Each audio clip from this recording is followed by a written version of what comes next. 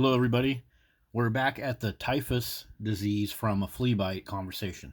Previously, I did a look at this young man and how he got typhus and then had to have amputations. Well, I found out that they did a follow up on his case from the same news story, so I wanted to share that one with you. So, they did another video on him called How to Avoid Contracting Typhus. So, a bunch of people evidently commented on the first video and they had similar symptoms and similar problems that he had, even though they didn't get quite as sick as he did. So a bunch of people evidently have suffered from this flea bite sickness before. So I'll show you something this lady says right here. Across the area. It's probably the sickest I've ever been in my life. Including Julie Hoover of League City, who says she had her own run-in with the disease 2 summers ago. Where do you think you got it? Well, I work in the animal industry. In other words, she works in a pet rescue type place with a bunch of dogs around her. Doggy daycare, etc. The animal industry, that's just code word for I work around a bunch of dogs. But I could get it anywhere. No, you cannot get this anywhere. To get it anywhere would be like you got it from drinking some bad milk or some sour yogurt. No, this comes from dogs. The most prevalent pet, the most prevalent creature, the most prevalent dog that is around in the workplace, doggy daycare, and all that type of stuff. That's where this is coming from. Maybe cats, maybe some stray possums, but dogs are everywhere. And you don't have to work in the quote unquote animal industry to be exposed to this nasty disease. Because everywhere we go, there are dogs. Dogs in the motel rooms. People have their dogs in their cars.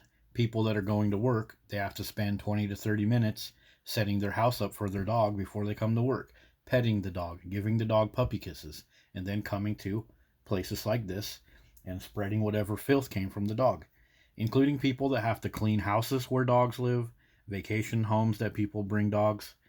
And with that type of stuff in mind, have a look at this. According to infectious disease Dr. Linda Yancey with Memorial Hermann, you get it from contact with fleas, being bitten by fleas, or exposure to the feces from fleas. So this stuff could be anywhere. If there's fleas on the dog and the dog shakes, you know how dogs are always shaking? The feces from the fleas can get on anything and go anywhere. So have you ever wondered why sepsis is on the rise?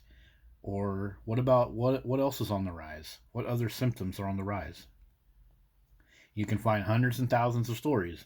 COVID, flu symptoms, respiratory virus, hospitalizations, more and more, more and more. And of course they're going to blame it on what? They're going to blame it on that little word I'm pointing out there. But how much of this flea feces from all these dogs is getting on people? What about these people that film themselves touching up on stray dogs, kissing up on stray dogs, bringing them into their house, bringing them into restaurants? Those freaking dogs have fleas. And when those dogs shake and you rub on them, the feces that's in their fur, the flea feces, that's all over your hands.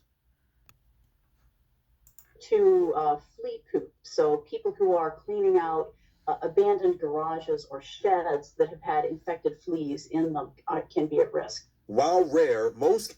Yeah, so that's like a lot of people in the service industry. Somebody takes a couple dogs into a motel room, they sleep up on that bed, they sleep on the carpet, and those people have to go in there and clean the motel room. They're sucking up that flea feces, and then you go and sleep in the motel room. Now that flea feces particles, if they didn't go in there with top of the line, high suction equipment, that flea feces is still all up in your stuff. And you don't necessarily even get typhus, but cases of typhus in the U.S. occur in Texas, California, and Hawaii, averaging out to roughly 300 cases a year, according to the CDC. The symptoms very similar to mild cold. Yeah, mild cold and flu. Those symptoms are up and up and up.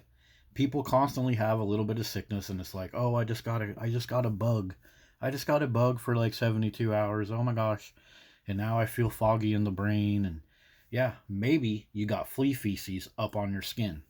Very likely you did, because dogs are freaking everywhere. And no reasonable person can argue that fleas are not a valid consideration.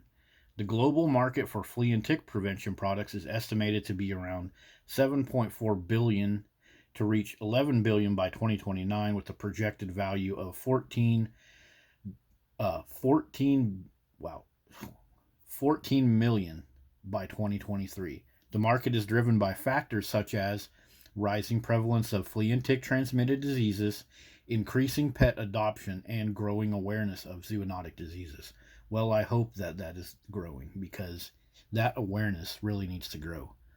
With all the dogs we have everywhere, this is a world full of flea feces that gives us cold and flu symptoms. And all you got to do is do a market research.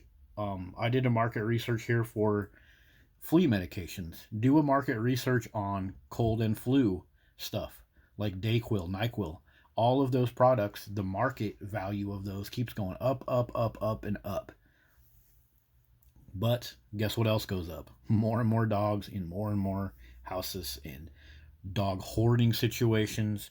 People that work in service industries where they're touching dogs all day, like that lady said earlier.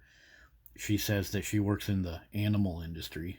So, yeah, this flea and dog discussion is very valid.